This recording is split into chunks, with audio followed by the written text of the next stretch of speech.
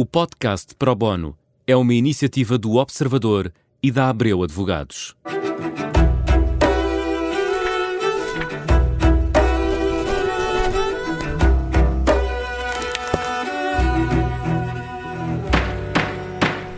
Este é o som de mais um Pro Bono, um programa em que esclarecemos dúvidas jurídicas e hoje falamos de cibercrime. Pedro Barosa é advogado, bem-vindo.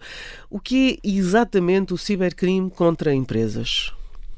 Em primeiro lugar, Judite, muito obrigado pelo seu convite, uma vez mais. O cibercrime é um fenómeno recente, moderno, complexo, que não se circunscreve a um único modelo. Sempre foram praticados determinados tipos de crime antes do aparecimento da internet e do surgimento das plataformas digitais.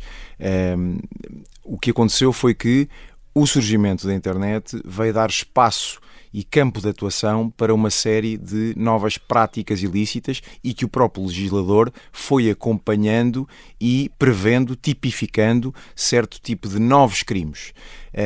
Dou-lhe desde logo um exemplo. O crime de ameaça. O crime de ameaça está previsto há muitos anos na nossa lei, no nosso Código Penal. O que acontece é que, por exemplo, esse mesmo crime, desde o surgimento da internet, pode ser praticado também através do envio do e-mail. E, portanto, há determinado tipo de crimes que já eram e já sempre foram praticados e que ganham novas formas de concretização através da internet. Portanto, aquela que nós imaginamos mais, que é o ciberataque. Certo. Pode haver mais do que um ciberataque? Pode. E o que me leva também à questão que ia referir, que é, nós podemos categorizar, porque para além desses tipos de crimes que já existiam e agora ganhou mais margem de atuação, existe toda uma panóplia de novos tipos de crime que têm natureza estritamente informática, ou cujo meio para a sua concretização envolve o acesso a um sistema informático ou a um equipamento informático. Podemos categorizar, se quiser. Quais são os mais comuns, então? Os mais comuns é o hacking, desde logo, que no fundo é a exploração de vulnerabilidades para atingir propósitos ilícitos. É o phishing, que conforme o próprio nome indica, assemelha-se a um pescador que está a tentar fazer-se passar por uma entidade confiável para extrair e obter dados pessoais, passwords, senhas, etc., com propósitos ilícitos.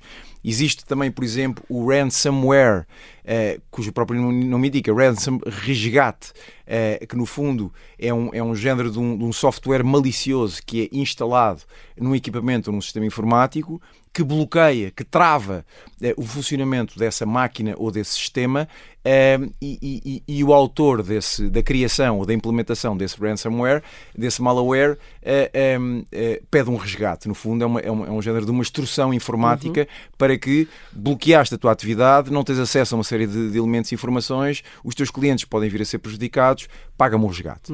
Depois temos também, naturalmente, o ciberbullying ou o assédio. Agora, o ciberbullying, neste caso, o ciberbullying na internet, que no fundo é um bullying, mas digital. Ok. Mas se calhar o ciberbullying é mais para pessoas individuais do que para empresas, não? É transversal? É transversal. É evidente que eu abarquei uma série de realidades, todas estas adequadas às estruturas empresariais e corporativas. Naturalmente que o hacking e o phishing são muito mais praticados com empresas, com essas estruturas, do que provavelmente o ciberbullying, que é uma coisa que pode ser muito mais singular. Okay? Então, vamos ver. As empresas são obrigadas por lei a proteger-se contra estes ataques? Pronto. O que acontece? O que é que, fruto também de diretivas europeias e fruto da implementação, fruto da criação da Lei de Proteção de Dados Pessoais e do Regulamento Geral de Proteção de Dados, há toda uma preocupação nos últimos anos, precisamente para precaver e para proteger, desde logo, os próprios dados pessoais das pessoas que constam das estruturas e das corporações. Nomeadamente clientes, não é? Nomeadamente clientes. E, portanto, em função do setor, do negócio, da atividade envolvida, as empresas, as estruturas são obrigadas a adotar planos de compliance, códigos de conduta, planos de segurança, de proteção, precisamente para precaver e para evitar certo tipo de ataques. Vamos imaginar, então, um caso. Vamos imaginar que uma empresa sofreu um ataque destes, um ataque cibernéticos. Qual é o primeiro passo a tomar imediatamente, juridicamente falando, claro, não do ponto de vista da computação e do software, portanto, porque aí, enfim... E não do ponto de vista do histerismo. E não do ponto de vista do pânico, sim. Que é naturalmente compreensível. Bom, a primeira coisa a fazer é perceber o que é que aconteceu. Onde é que estava a fragilidade e estabelecer um plano de averiguações para perceber e tentar identificar e detectar o que é que se passou e onde é que se passou. Okay. O segundo tema, a segunda preocupação que deve ser assegurada por parte da estrutura, e tem havido uma grande responsabilização, ou tentativa de responsabilização de quem está na cúpula das estruturas e das sociedades, precisamente para tornarem essas medidas mais execuíveis. A segunda questão é perceber que dados é que terão sido afetados, que informações é que terão sido dissipadas e que fugas é que terão sido feitas, que clientes, que fornecedores, que pessoas é que terão visto os seus dados devassados. Precisamente para acautelar e para informar, se necessário for, essas mesmas pessoas que serão terceiros lesados. Já agora, é obrigatório informá-los? Se forem dados sensíveis, sim. Em terceiro lugar, e muitíssimo importante, e esta parte, como calculará, é o meu campo de atuação também, é impulsionar o competente procedimento criminal.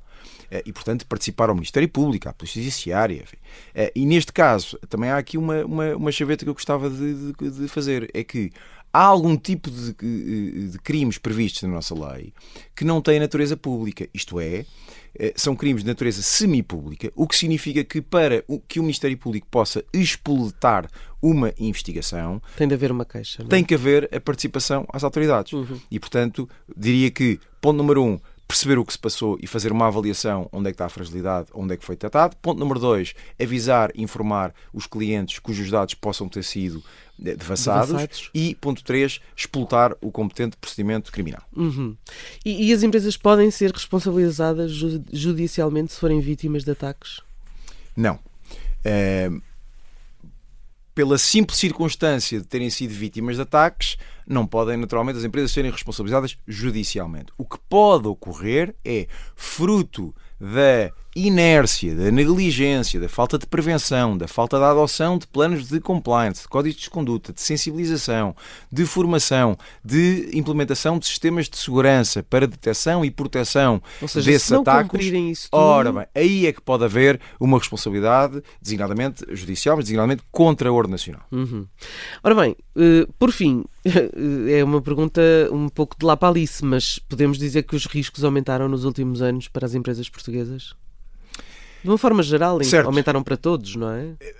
Lá está, eu acho que isso é quase do conhecimento público, ou seja, é verdade que temos tido acesso a muita informação e cada vez mais sabemos o que se passa, muitas vezes sabemos o que também não se passa e acaba por não se passar e achamos que acontece. A verdade é que nos últimos anos não só temos assistido a um maior número de ataques informáticos, de acessos indevidos, falsidade informática, sabotagem informática, interseções ilegítimas, etc. Crimes estes tipificados concretamente na nossa lei do cibercrime, como temos assistido também a uma enorme criatividade por parte deste tipo de autores. E por isso é que, eu digo-lhe com franqueza, o legislador anda um bocadinho atrás e a reboque daquilo que é a criatividade destes autores, destes hackers, e portanto vai tentando acompanhar. Com delay, não é? Com algum delay. Sempre com delay, e depois dotando também, ou tentando dotar os nossos órgãos de polícia criminal e a polícia judiciária e o Ministério Público de ferramentas idóneas a combater e a prevenir este tipo de comportamentos ilícitos. Pedro Barosa, muito obrigada por ter estado connosco neste programa. Sabemos assim o que fazer quando uma empresa sofre um ciberataque. O Pro Bono volta para a semana com mais um tema. Até lá.